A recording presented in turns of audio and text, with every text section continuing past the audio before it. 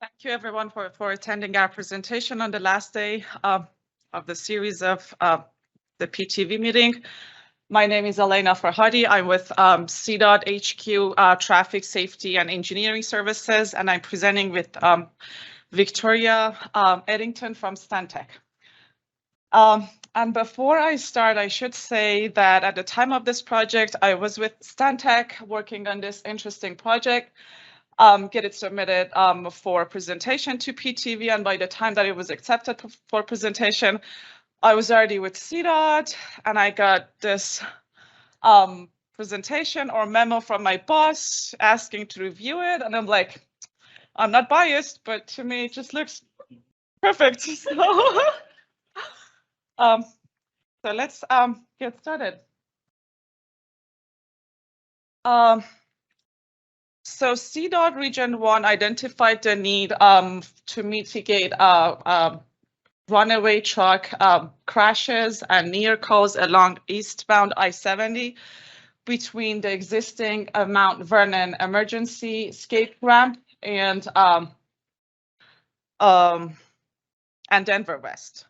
The reason for this proposal for this project was the high profile of crashes between this existing emergency escape ramp and Denver West intersection, which only in 2019 resulted in one crash that had 4 fatalities and dozens of injuries. So this study corridor includes over 7 miles of eastbound I-70, starting from existing Mount Vernon emergency escape ramp all the way to Denver West. This portion of the eastbound I-70 experiences a very steep downgrade. And the reason that the study area covers these 7 miles was that crash occurred at that location. So we wanted to look for an additional potential emergency escape ramp between the existing and where we had that crash occurred. 4 locations were proposed as a new emergency escape ramp. First, the first one between Morrison Road and C470. The second one between C470 and 6th Avenue. The third west of the Denver West, and the fourth up downstream of Denver West. Along the course of the project, input from stakeholders led the project team to eliminate the third and the fourth location. So the majority or the focus of this modeling effort was toward the modeling of first and second location.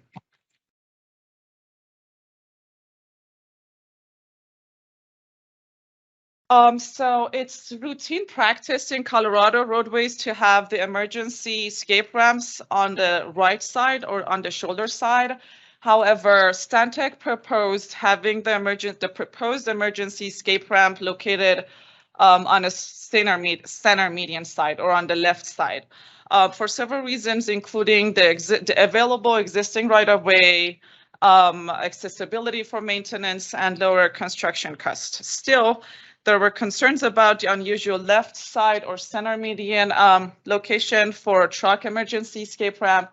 This slide lists pros and cons of a typical versus a typical or median escape ramp. As I discussed, for this specific project, the median escape ramp fits into the existing right-of-way, and it provides more accessibility for maintenance and emergency responders, and provides lower construction costs. On the other side, it is considered a typical location in Colorado roadways, and it may require drivers to weave through traffic to be able to reach the emergency ramp, versus a regular typical escape ramp that meets the driver expectations, and on the other side, it may require some right-of-way purchases or may conflict with existing on and off ramp. For this project, we're looking at about 10 on and off ramps for the truck drivers to weave through to get to the new proposed escape ramp if it was to be on the right side. So the rest of this presentation focuses on the microsimulation modeling and results of the center median by Victoria. So as Elena mentioned, CDOT was concerned that the left side ramp would be hard for drivers to reach, especially if they were unfamiliar with the area. So they wanted us to model it so that we could essentially prove that the weaving maneuver could potentially be successful. So I will preface this by saying that we started this in mid-2020, so we were still using Vism 11 at that time. We did update the model into Vism 2020 earlier this year. I recognize that there are some newer features in the more recent versions that would have made some of this a little bit easier, but at the time, this is what we had, so this is what we went with. So our geometry was based on the aerial imagery, street view imagery. We were very particular about coding in the roadway gradients because that impacted particularly the acceleration deceleration of the trucks, whether they were a typical truck or a runaway truck. I'll talk more about that on the next slide. For the speed profile of the interstate main line, the posted speed limit in this area is 65 miles an hour. So for cars, we use the distribution between 60 and 75. For typical trucks, we used 60 to 70 because they are less likely to be speeding on this section, or at least we hope they are less likely to speed on this section. For the traffic volumes, we had to rely on historical data from CDOT because we were right at the beginning of COVID. We were not able to collect new data. So we used historical counts from the on and off ramps and from the main line. Some of them were as old as 2010, so we did have to project them all forward to 2019.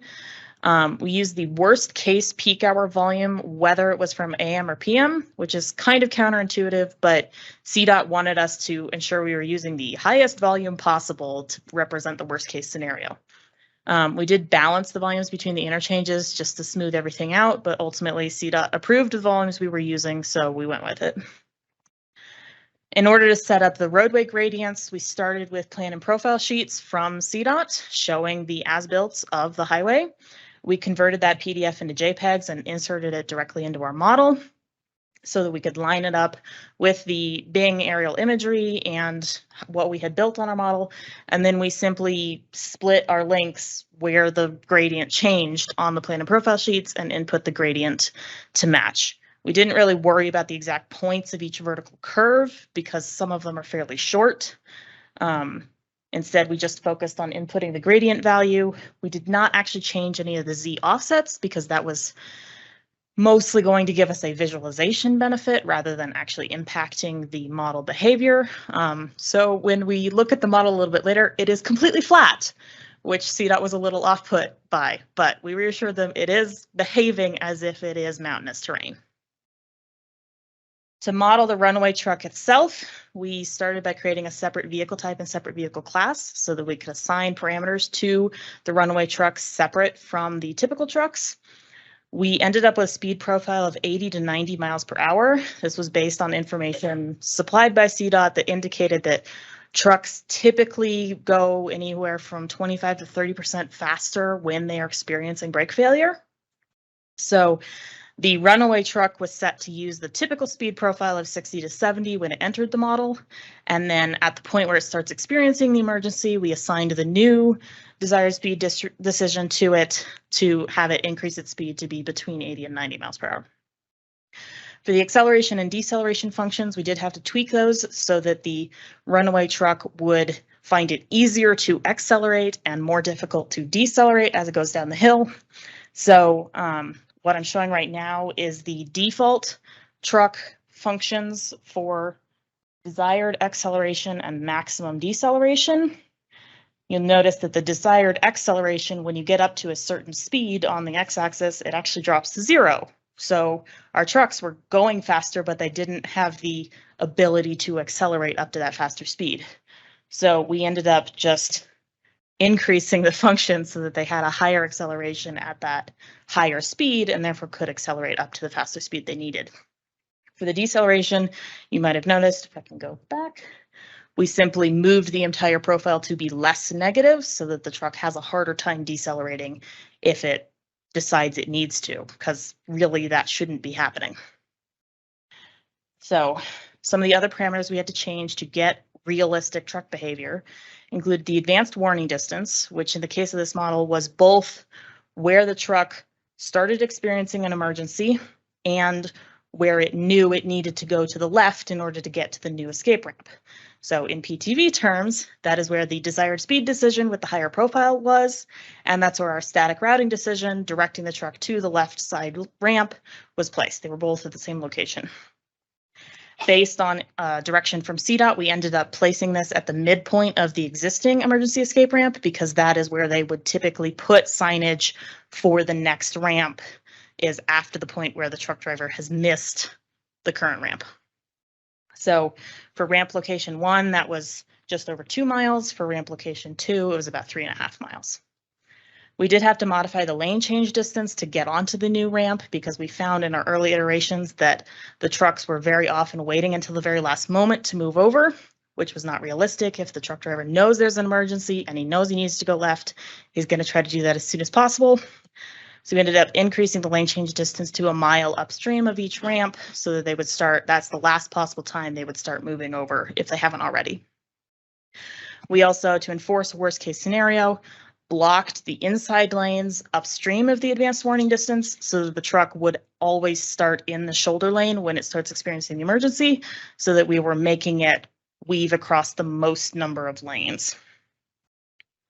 We also had to modify the driver behavior of the general vehicles slightly as we went through iterations. We found that these vehicles were simply not reacting to the runway truck coming up behind them, which most people would notice if there's a truck blaring its horn and, bearing down on you on the highway. So we had turned on the slow lane rule and cooperative merging to help encourage vehicles to get out of the truck's way. So how did we define success? I love VISM, but it does have some limitations. We found that we simply could not get it to allow the truck to not reach its destination on the ramp. So they were always getting to the ramp, even if they had to come to a dead stop to do so.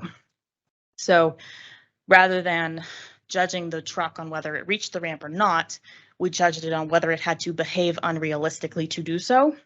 So we defined a pass-fail threshold for both speed and acceleration, and recorded speed and acceleration using the vehicle record for every time step. And then we assessed it. If both speed and acceleration stayed above the threshold for the entire duration, the truck was considered a pass. If either one of them fell below the threshold, we counted that truck as a failure. So this is an example of some of our output showing just 6 of the runs. We did about 20 plus per iteration. So you can see, so we didn't count the first 60 seconds because that was the time it took to get from the entrance of the model to where it starts experiencing the emergency. So you can see some of the trucks, once they get past that point, their speed generally increases and stays. That's considered, very good. There are some like the blue line or the yellow line where their speed kind of goes up and down, and those are ones that tended to get stuck behind a platoon of other vehicles or some other situation that meant that they were slowing down more than we expected they would. This is the same 6 runs on the acceleration chart. In this case, none of them ended up going below the pass-fail threshold, but we did have some situations where a truck did have to slam on his brakes, and we knew that was not realistic for this scenario. So I'm gonna, if I can, switch to our video, maybe. Hang on.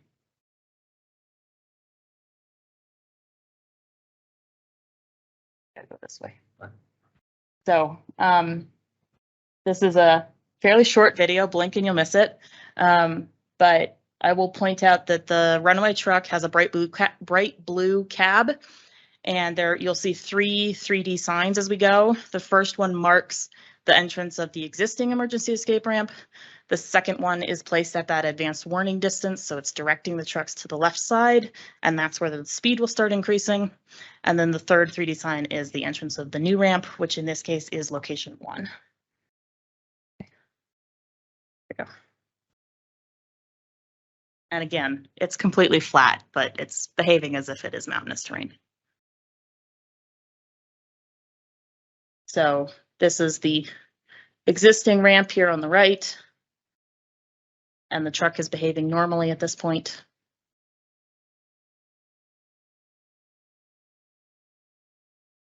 So this is the advanced warning distance. This is where the truck starts realizing that it's going faster. And you'll see he starts to move over as soon as he can because he knows he needs to go to the left. We did have some issues with the truck moving back to the center occasionally for unknown reasons, but he does successfully get back into the inside lane, and you can see him overtaking all of the other vehicles. So we're still on a very steep, 5 to 6% grade through this section. So it is definitely still dangerous for trucks through this segment. So this is the Morrison Road interchange. And then the location 1 of the escape ramp is coming up. And there's the sign and there's the ramp. We did have to cut off the video before the end because the truck, since it has no deceleration, just zooms right off the end of the lake. So, unfortunately. I can move this back out of the way.